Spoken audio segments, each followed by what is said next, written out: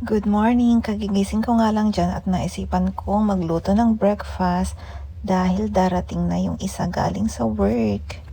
7 a.m. na nga ng umaga dyan pero ang taas na ng tirik ng araw. So samahan nyo akong magluto ng breakfast.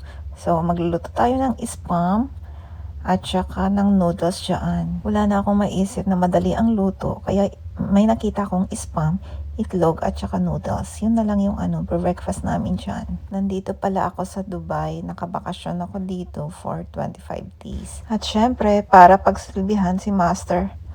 Huy! Akala mo ready na siyang mag-asawa. Ito ay matagal na naming plano na mag-visit sana ako galing barko, kaya lang hindi na pumapayag yung company namin na mag-pass by na lang. From other country to here sa Dubai, kailangan kung saan ka nang galing, doon ka rin babalik. Ang iniiwasan nila baka may mangyari sa amin sa overstaying namin. Kaya hindi na nila inaalaw ang mga nagre-request na mga crew or sadyang tamad lamang yung mga taga-opisina mag-email at mag-transfer at mag-follow up ng mga request namin. Lagi palang graveyard shift si Master kaya lagi ako mag-isa dyan sa apartment. Actually, may apartment siya at naghanap siya ng apartment para sa akin talaga. Imbes na humanap ng hotel kasi mahal ang mga hotel dito, humanap na lang siya ng partition para sa akin. Ang partition na ito ay halos mga Filipino ang mga naka-stay dito.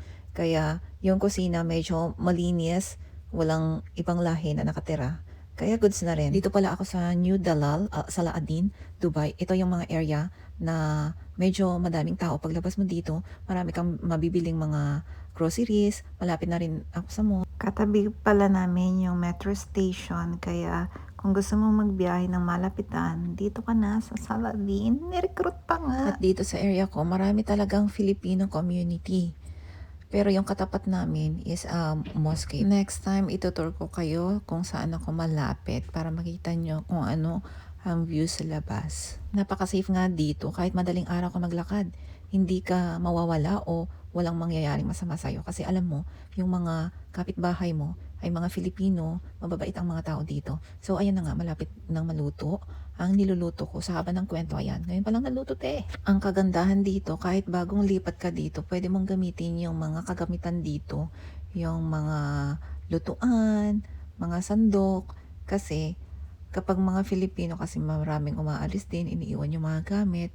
So, imbes na itapon, gamitin na lang ng mga susunod ng mga umuupa dito. Maliit lang yung partition ko pero sakto na sa akin ito.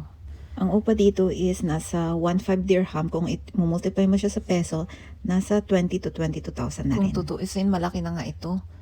Kumpara sa mga ibang partition, sobrang kitid at sobrang liliit. Pero ito maluwang pa nga at may up and down. May table pa nga kami sa gitna at saka mga upuan. Ang mga tao dito sobrang busy kasi sa office sila nag-work. At ayan, yung CR namin, kung makikita mo, medyo makalat, char.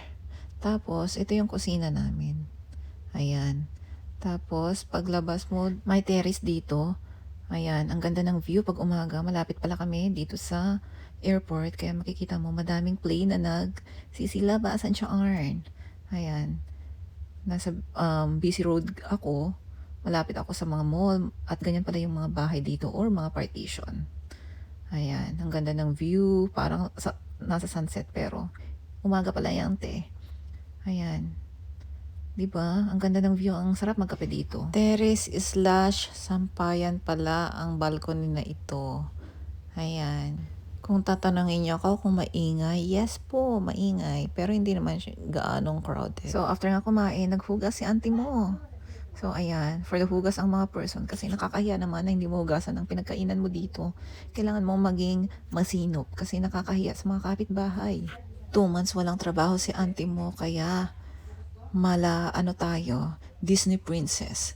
Disney Princess yarn? Kung baga sa Disney Princess, yung nagbabalat ng potato tayo, naghuhugas ng plato, te.